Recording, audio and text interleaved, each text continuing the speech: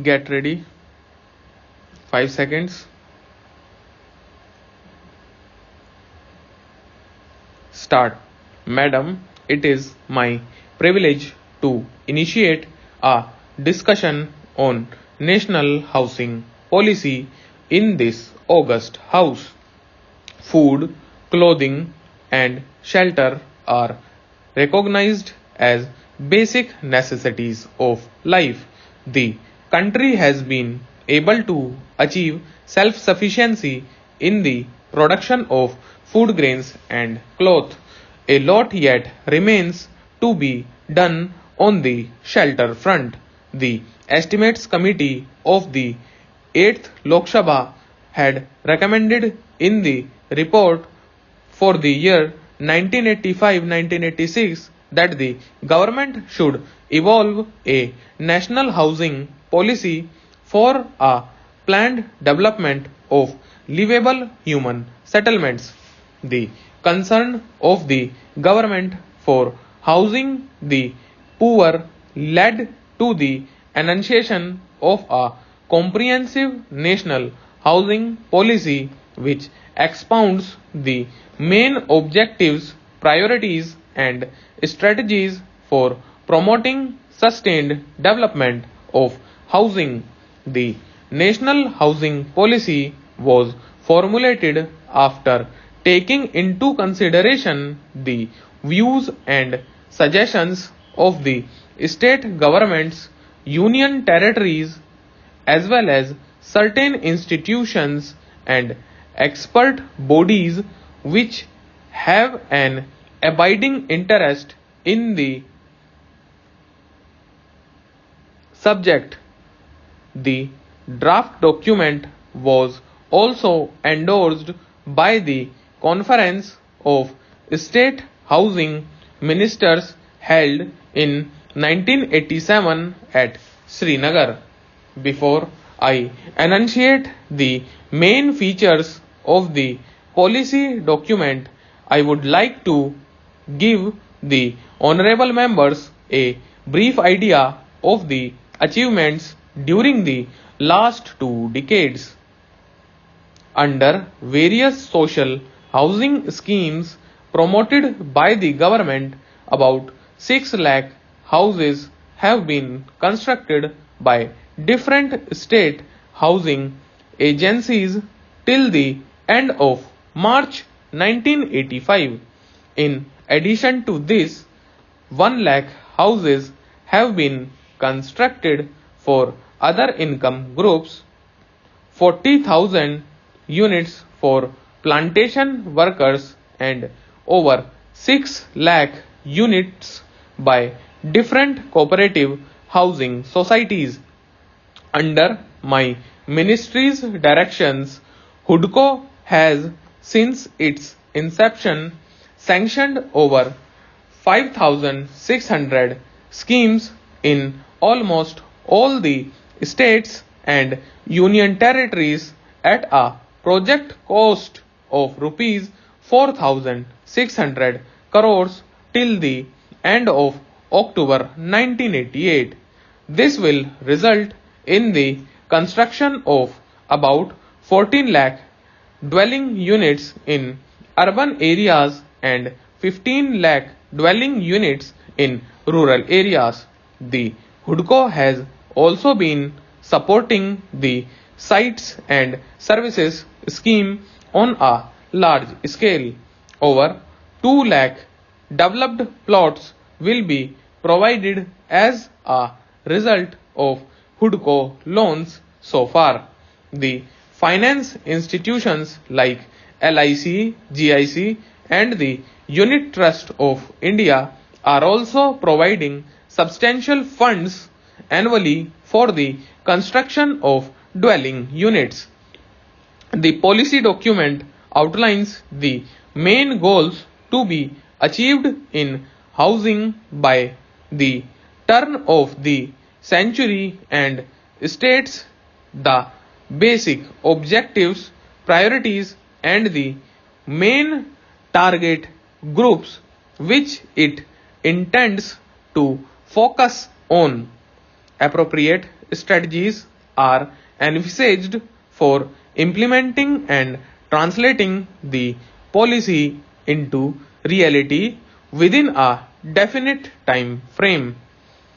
Needless to say, housing finance and availability of serviced land are the major desiderata of a quantum jump in housing.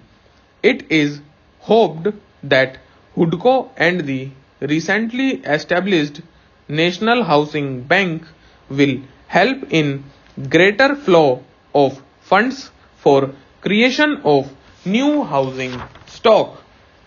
As honorable members know, points 14 and 15 of the revised 20-point program lay considerable emphasis on housing for the economically weaker sections in urban areas and for the landless workers in rural areas.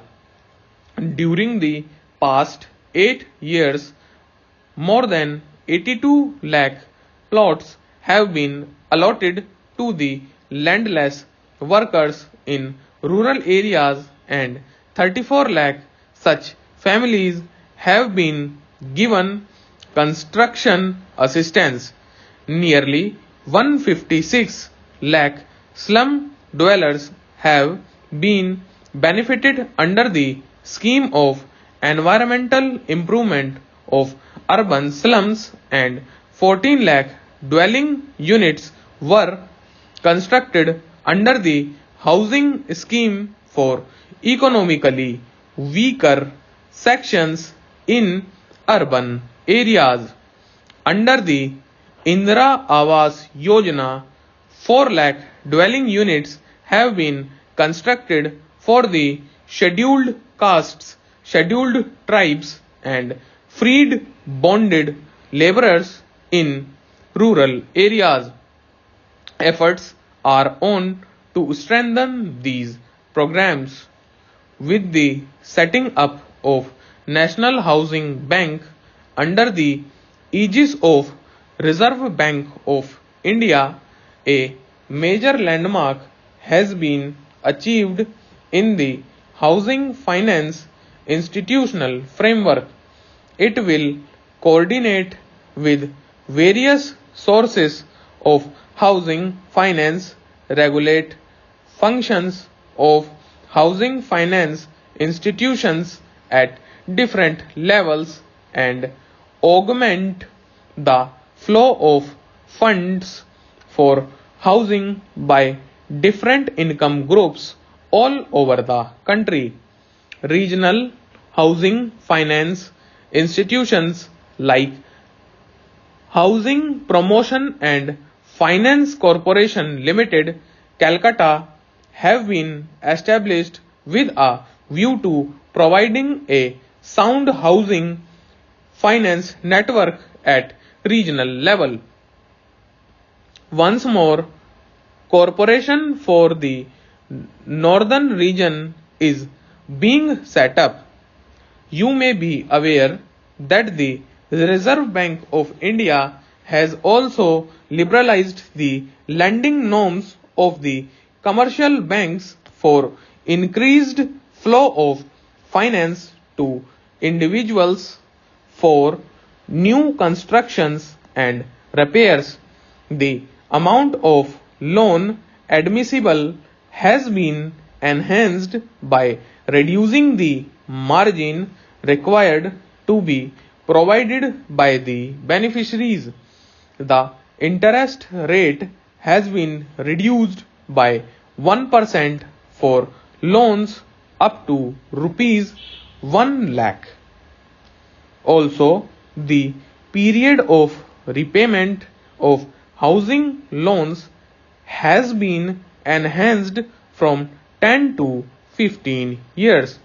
Further, where mortgage of property of government guarantees is not feasible, banks have been permitted to accept other forms of for ensuring easy access to standardized building materials and components and establishment of supply centers on a decentralized basis, a centrally sponsored scheme for setting up of a national network of building centers has been launched.